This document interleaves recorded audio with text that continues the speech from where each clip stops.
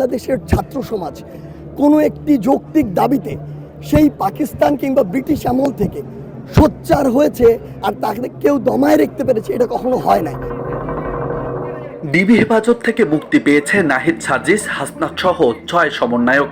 হেফাজত থেকে ছাড়া পেয়ে আবারও আন্দোলনের ডাক দিলেন সমন্বয়করা।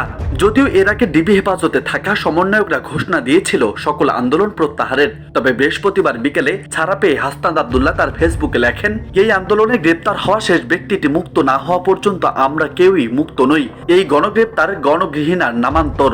আমাদের মুক্তি তখনই সম্পূর্ণ হবে যখন এই আন্দোলনে গ্রেপ্তার হওয়া শেষ ব্যক্তিটিও মুক্তি পাবেন। এই আন্দোলনে গ্রেপ্তার হওয়া শেষ ব্যক্তিটি মুক্ত না হওয়া পর্যন্ত আমাদের আন্দোলন চলবে। একইভাবে সার্জিস আলমও দিয়েছেন আন্দোলন চালিয়ে যাওয়ার ঘোষণা। ছাড়া পেয়ে সার্জিস তার ফেসবুকে লিখেছেন, কথা দিয়েছিলেন আন্দোলনকারী